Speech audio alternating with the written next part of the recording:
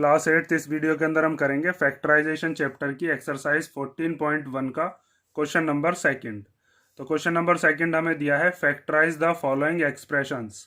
हमें कुछ एक्सप्रेशंस दिए हैं और उनको हमें क्या करना है, फैक्टराइजेशन करना है। तो फैक्टराइजेशन करने के लिए आपको क्या करना होगा, इन एक्सप्रेशंस के अंदर जो जो भी कॉमन फैक्टर आ रहे होंगे वो कॉमन फैक्टर आपको पहले निकालने होंगे, तब उसका फैक्टराइज आप कर पाओगे। तो कॉमन फैक्टर हम कैसे निकालते हैं वो तो हमने क्वेश्चन नंबर फर्स्ट में सीखा था।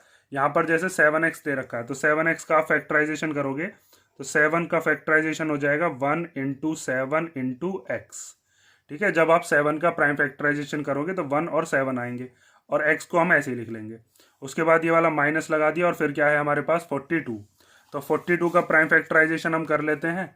42 का प्राइम फैक्टराइजेशन जब हम करेंगे तो ये आता है 2 के टेबल में 21 बार, 21 आता है 3 के टेबल में 7 बार और 7 फिर अपने ही टेबल में आता है 1 बार।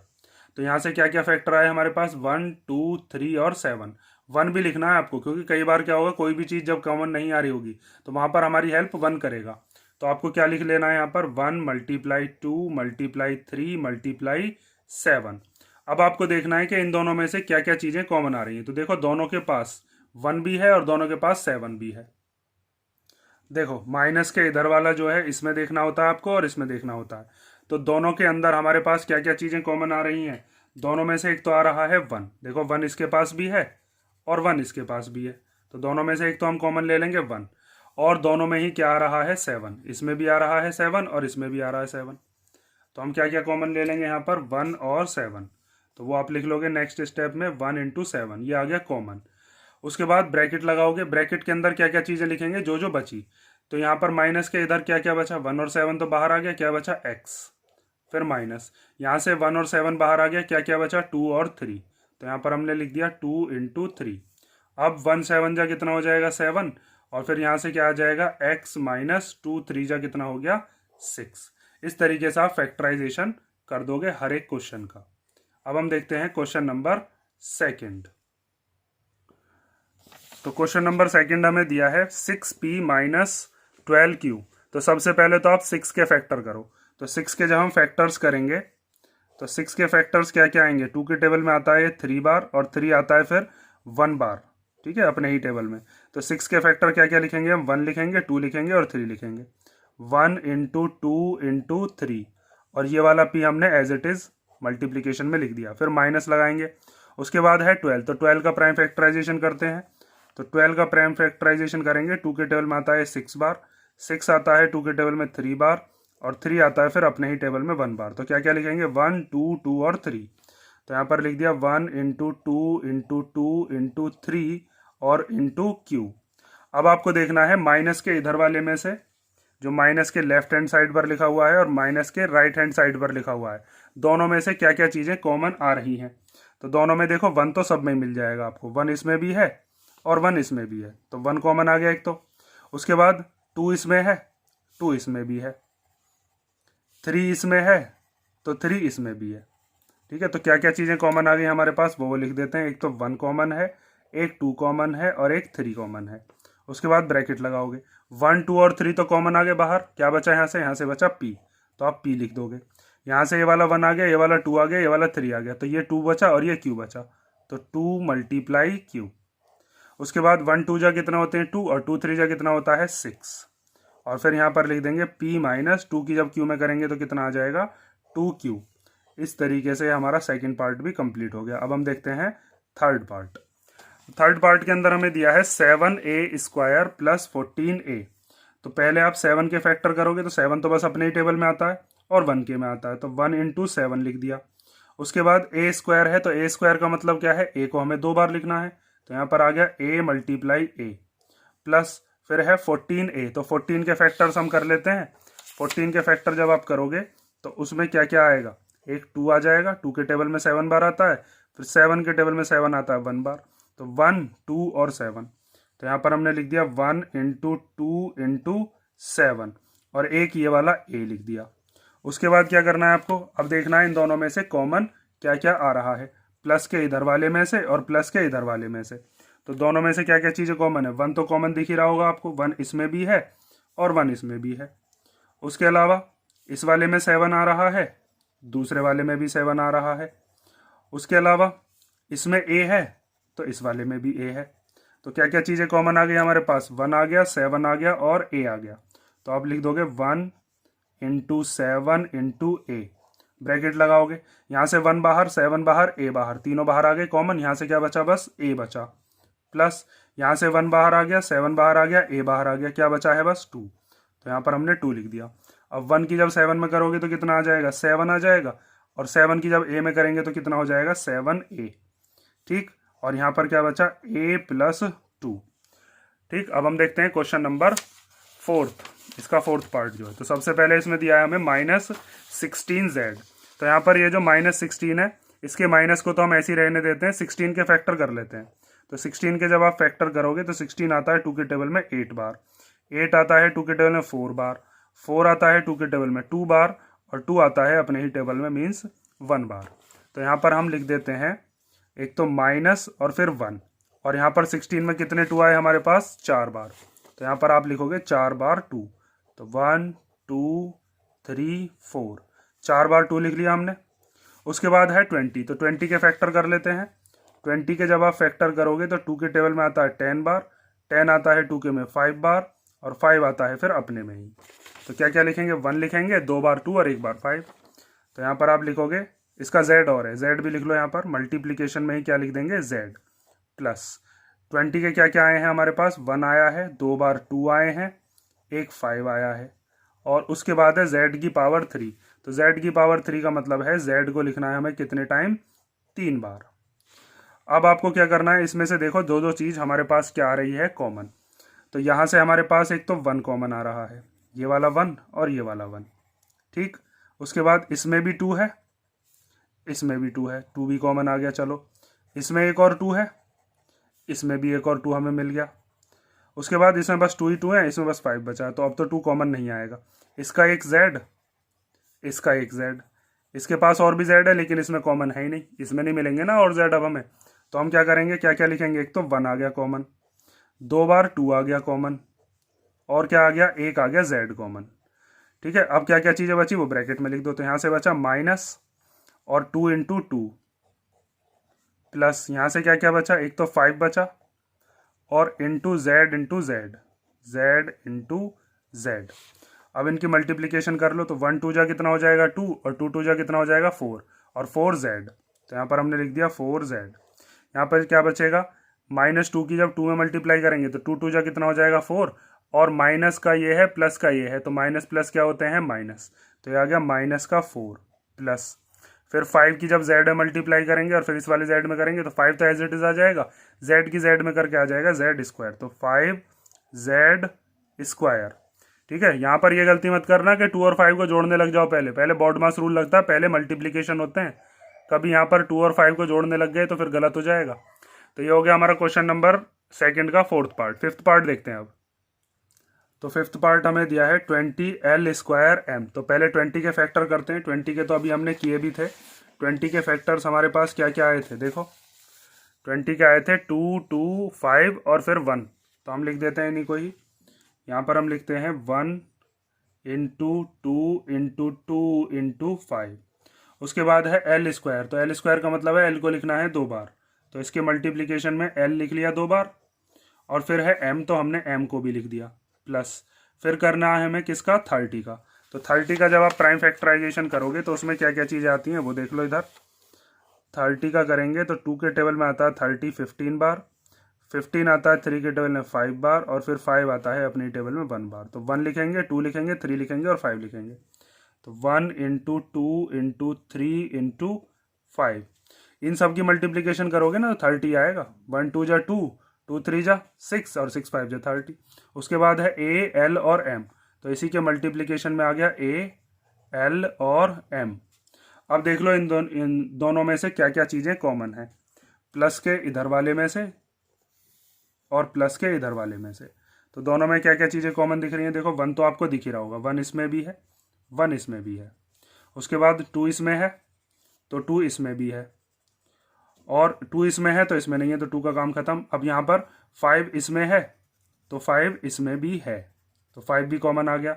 एल इसमें है तो एल इसमें भी है, उसके बाद इसमें एक और एल है, तो इसमें और एल है ही नहीं, अब इसमें एम है तो इसमें भी एम है, तो यहाँ पर हम एम को भी कॉमन ले लेंगे।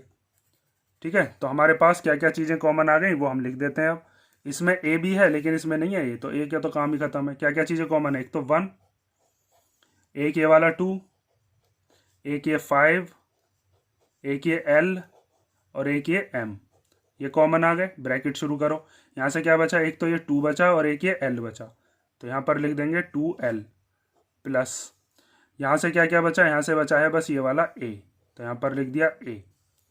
उसके बाद इनकी मल्टीप्लिकेशन कर लेते हैं, तो 1 2 जा कितना हो जाएगा 2 और 2 5 जा कितना हो जाएगा 10। 10 की जब एल एम में मल्टीप्लाई करोगे तो हो जाएगा 10l m, और ब्रैकेट में क्या बचा 2l प्लस a। ठीक है, ये हो गया हमारा 5th पार्ट। अब 6th पार्ट देखते हैं। अच्छा, इसमें यहाँ पर ये 3 और रह गया, तो इसको भी लिख लो, ये मिस्टेक हो गई, इसमें यहाँ पर 3 भी है, तो 2l प्लस 3a। 6th वाला पार्ट में अब हमें दिया है 5x² y और फिर -15xy²।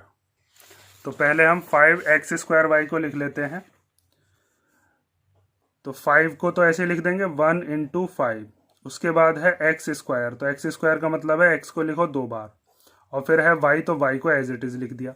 फिर 15 के फैक्टर करेंगे, तो 15 के फैक्टर्स क्या क्या होंगे, देखो 15 के फैक्टर करेंगे तो वहाँ से 3 के टेबल में आएगा ये 5 बार, 5 के टेबल में आता है फिर 5 1 बार, तो 1 आया, 3 आया, 5 आया, तो यहाँ पर आप लिख दोगे 1 × 3 × 5।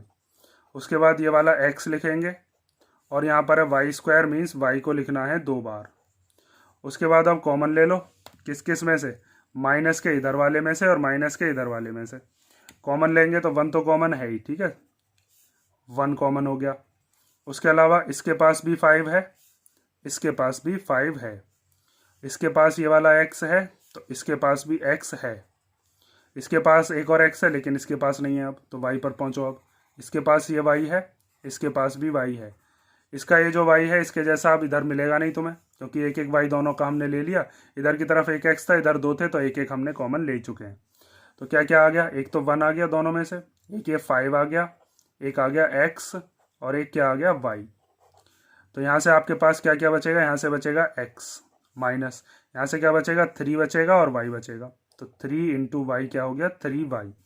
अब इनकी मल्टीप्लिकेशन कर लो, तो 1 5 जा कितना हो जाएगा 5, और 5 की जब एक्स वाई में मल्टीप्लिकेशन करेंगे तो क्या आ जाएगा 5xy, और अंदर क्या बचा x माइनस 3y।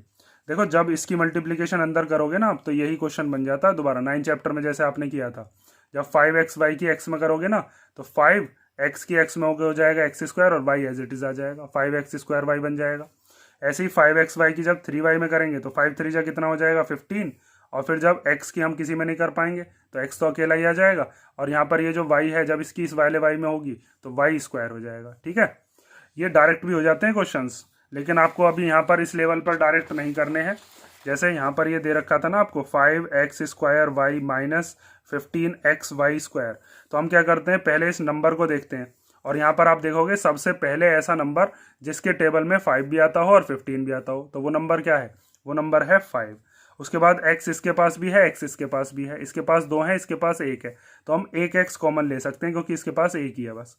उसके बाद हम y भी कॉमन ले लेते हैं, तो आपने इसका 5 भी कॉमन ले लिया, 2x में से एक x कॉमन ले लिया और y कॉमन ले लिया, तो इसके पास क्या बचा, एक x बचा। 5 के टेबल में 15 कितनी बार आता है 3 बार, तो यहाँ पर 3 लिख देंगे। इसका जो एक x था वो कॉमन आ गया, इसके पास 2 y थे, एक y कॉमन आ गया, एक y बचा।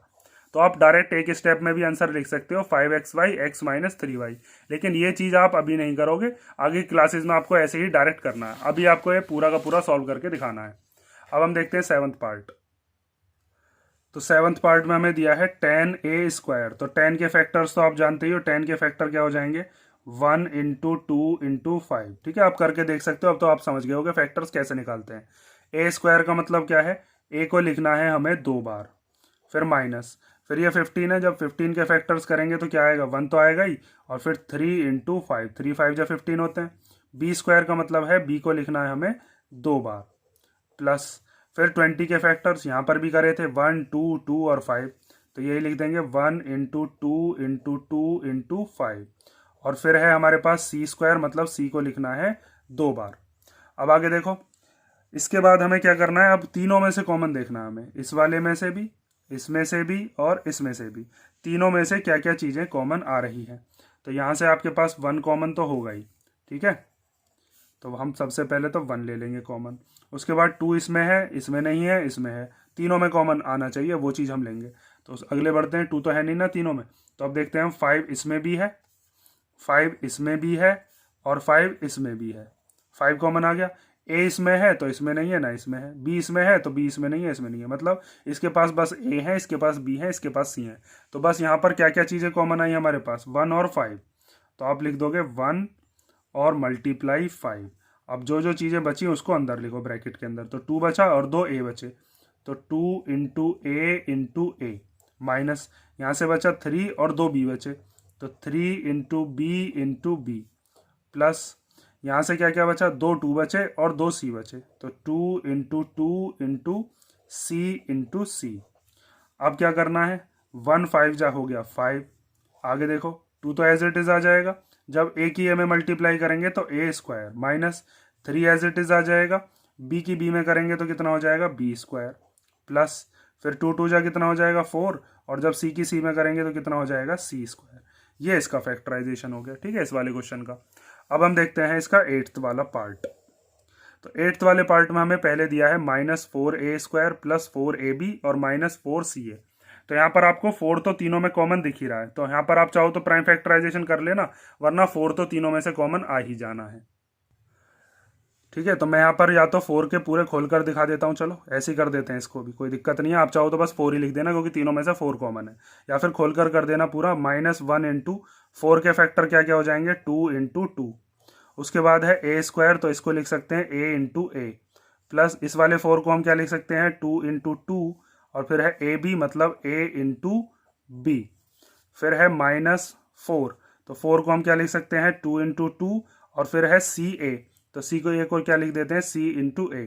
इसमें मैंने 1 नहीं लगाया, ठीक है, थोड़ी स्पेस नहीं है इसलिए, आप चाहो तो 1 भी लगा लेना, बात एक ही है, क्योंकि 1 तो सब में आना ही है। तो यहाँ पर आप देखो क्या क्या चीज़ें कॉमन आ रही हैं, इस वाले में, इसमें और इसमें। तो तीनों में से क्या क्या चीज़ें कॉमन आ गई, देखो तीनों में 2 2 तो 2 आ रहे हैं, 2 2 इसमें है, 2 2 इसमें है, मतलब तीनों में 4 है, और 2 ही 2 इसमें है। उसके बाद एक ए इसके पास भी है, एक ए इसके पास भी है, एक ए इसके पास भी है, इसके पास 2 है बल्कि, तो इसके पास एक और जो ए है फिर इसमें नहीं मिलेगा ना इसमें मिलेगा आपको। तो यहाँ पर से आपको क्या क्या चीज़ें कॉमन लिखनी पड़ेंगी, बस वो लिख लो। 2 तो 2 है, तो 2 तो हमने 2 लिख दिए, एक क्या आ गया हमारे पास ए आ गया। अब ब्रैकेट शुरू करो, यहाँ से क्या क्या बचा -1 और साथ में ये वाला ए मल्टीप्लीकेशन में। यहाँ से क्या बचा, यहाँ से बचा है बस ये वाला बी, तो बी लिख दिया, फिर माइनस, यहाँ से 2 2 तो बाहर आ गए, ए भी बाहर आ गया, क्या बचा सी बचा। ये 2 2 और ए तो कॉमन आ गए थे ना बाहर, अब इनकी मल्टीप्लीकेशन कर लो।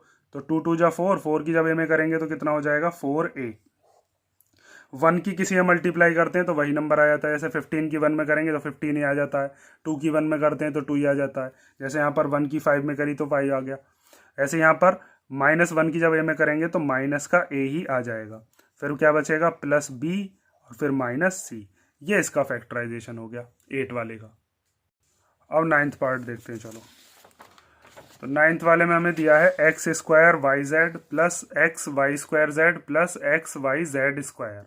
तो इसमें कोई हमें नंबर तो बताया नहीं है, सीधे सीधे बस वेरिएबल्स दे रखे हैं, तो तीनों के आपको पहले क्या कर देना है, वही टुकड़े करके लिख लेने हैं। जैसे यहाँ पर x² है, तो x² का मतलब क्या है, x को लिखना है 2 बार।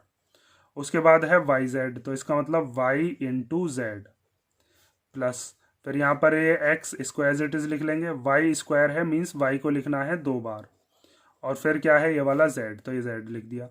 फिर है xyz², तो x को एज इट इज लिख देंगे, y को भी एक बार लिख लेंगे एज इट इज, और फिर है z² मीन्स z को लिखना है 2 बार।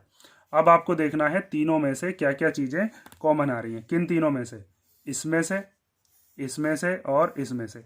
तो तीनों में देखो सबसे पहले तो आपको x दिख रहा है, एक x इसके पास ले लेते हैं, एक x इसमें से ले लिया और एक x इसमें से ले लिया, ठीक।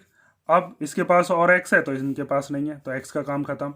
उसके बाद इसका एक y, इसका एक y और इसका भी एक y, इसके पास एक और y है तो इनके पास y नहीं बचा, तो y का काम खत्म। अब देखते हैं इसके पास एक z, इसके पास एक z ले लिया और इसके पास से भी एक z ले लिया, कोई सा भी ले लेना, चलो इस वाले पे ही लग गया आप। तो यहाँ से क्या क्या चीज़ें बची वो लिख देंगे और जो जो चीज़ कॉमन आ रही है वो लिख लो। तीनों में से x into Y into Z तो आ गया कॉमन, यहाँ का x बाहर, y बाहर, z बाहर, एक x बचा, प्लस यहाँ से ये वाला x बाहर आ गया, y बाहर आ गया, ये वाला z बाहर आ गया, ये वाला y बचेगा, ये प्लस यहाँ पर लगा ही देते हैं हम, y प्लस इसका x common, y common, z common, एक z बचा तो z को हमने यहाँ पर लिख दिया। अब x की, y की और z की जब मल्टीप्लिकेशन करोगे तो क्या आ जाएगा, x y z, और यहाँ पर इस ब्रैकेट के को हम ऐसे लिख देंगे x plus Y plus z।